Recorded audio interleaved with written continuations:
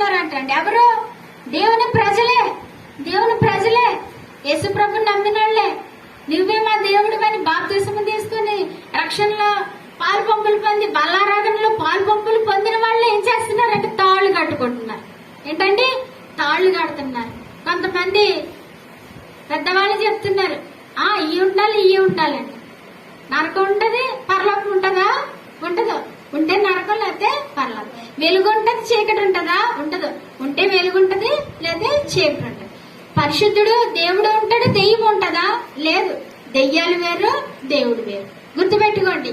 మీరు గనక అలాంటి పనులు చేస్తే, చేతులకి తాళ్ళకి మేళ్ళకి ఆ తాళ్ళు కట్టించుకున్నారంటే మీరు ఎవరిని విడిచిపెట్టి ఎక్కడికి వెళ్ళినట్టో తెలుసా?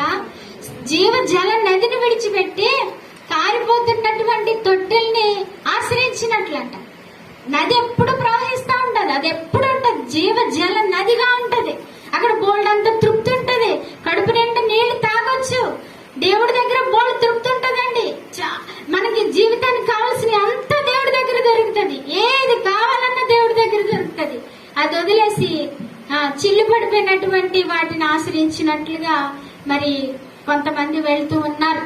అలా వెళ్ళకూడదు, అలా వెళ్ళకూడదండి.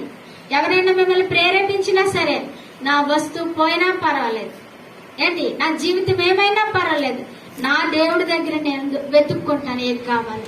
నా దేవుడు నాకు సమాధానం ఇస్తాడు. దెయ్యాల్ని కాదు నేను ఆశ్రయించాల్సింది, నా దేవుడిని నేను ఆశ్రయిస్తానని మీరు నిలబడాలి. అర్థమైందా?